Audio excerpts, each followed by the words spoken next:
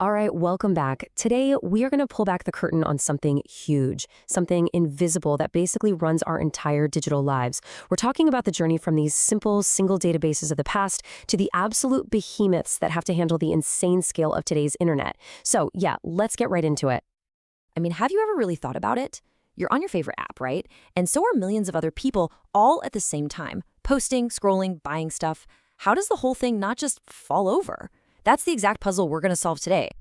So let's rewind the clock a bit. Once upon a time, and really it wasn't that long ago, the world of data was, well, it was a much simpler place.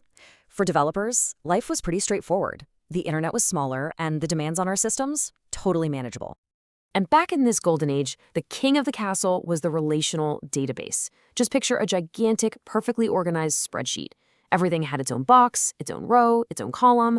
These systems were centralized, super stable, and incredibly reliable, all thanks to something called ACID properties.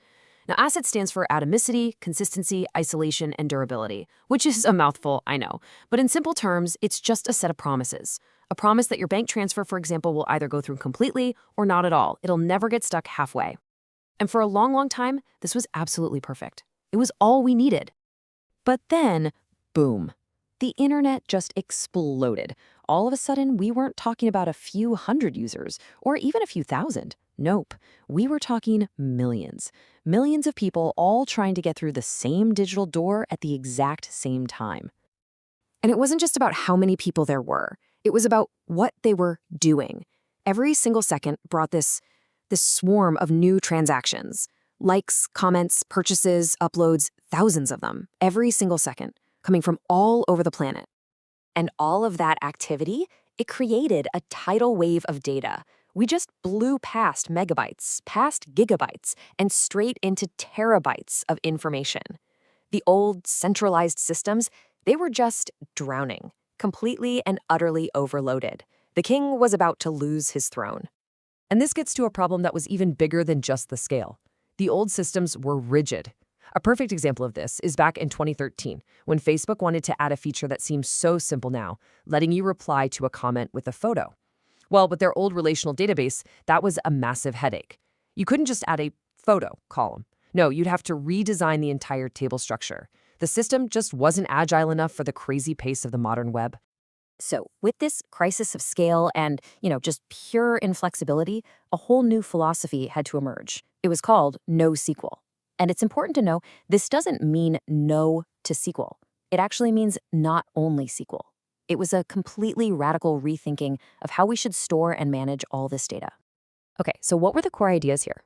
Well, what's so cool about this is that each one is a direct answer to the problems we just talked about. Instead of buying one giant, crazy expensive server, that's called vertical scaling. NoSQL lets you do horizontal scaling. You just add more cheap, regular computers to the network.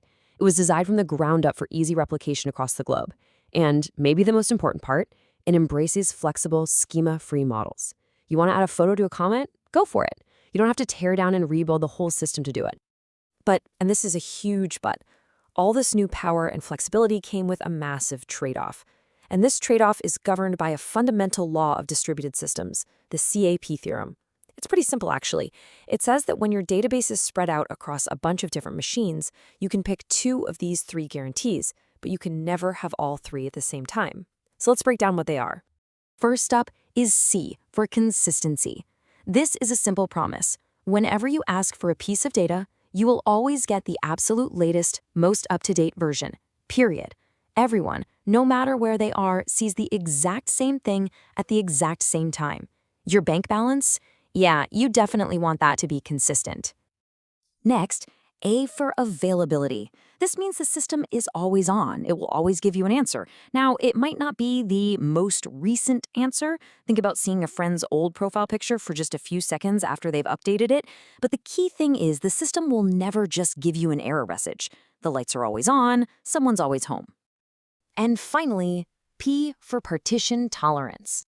This is just the reality of the internet. The network that connects all your database servers together, it's not perfect. Sometimes messages get lost, sometimes a server goes down. Partition tolerance means your system can handle these little breaks in communication and just keep on chugging along. And for any modern distributed system, this one is non-negotiable. You absolutely have to have it. Okay, so let's put that together. If you have to be partition tolerant, and you do, that means when the network inevitably hiccups, you are forced to make a choice. Something's got to give. Are you going to sacrifice consistency, or are you going to sacrifice availability? And right here, this is the great trade-off. On one hand, you can choose availability. Your service stays online, but hey, you might be showing slightly outdated information for a little while, like that old profile picture. Or you can choose consistency. In that case, you'd rather show an error message or make the user wait than risk showing them the wrong data. Think about a financial transaction system. There is no single right answer here. It depends entirely on what your app is supposed to do. So this fundamental choice has led to a whole new world of different NoSQL databases. You see, NoSQL isn't one thing. It's more like a family of different tools, each one built for a different job, and each one making a different choice on that CAP Theorem spectrum. So let's take a quick tour of the landscape. First up, you've got key value stores. This is about as simple as it gets. Just picture a giant dictionary or a 2-column spreadsheet. You have a key, like a username, and that key points to a value, which could be all their profile info.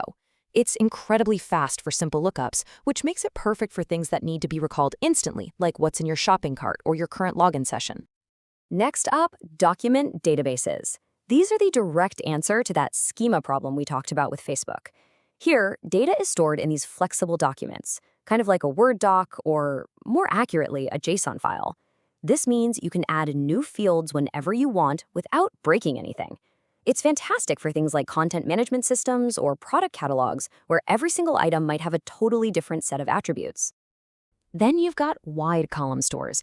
These things are built to handle absolutely insane amounts of data. Think of it like a super spreadsheet for the Internet of Things. One row might be for your smart thermostat, and it has columns for temperature and humidity. The very next row could be for a smart car, with completely different columns for GPS and speed. They don't have to match. This makes them perfect for analytics, time series data, and just crunching massive, massive reports.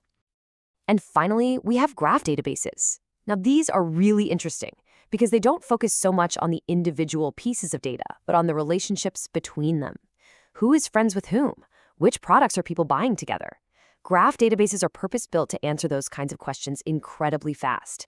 And that's exactly why they power so many social networks, fraud detection systems, and those recommendation engines that know what you want before you do. So, as this table shows really well, we now live in a world with a whole spectrum of choices.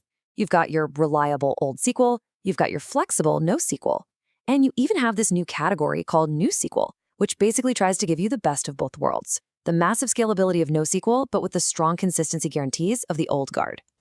And just to show you how different this new world really feels, take a look at this. This is how you add a new user in MongoDB, a really popular document database. You just insert it. That's it. You don't have to create a users table beforehand. You don't have to define all the columns. You just write the data. It is that flexible. So what's the big takeaway here? It's this. The era of the one-size-fits-all database is over. It's done. Modern software development is all about something called polyglot persistence, which is a fancy way of saying you use different data storage tools for different jobs, sometimes even inside the very same app. And that brings us right back to the beginning. The next time you're scrolling through your social feed or watching a recommended video or adding something to your online cart, just take a second and think about it. Based on everything we've just covered, what choices, consistency or availability, a document database or a graph database, what choices do you think the engineers behind that app had to make to bring that experience right to your screen? Something to think about. Thanks for tuning in.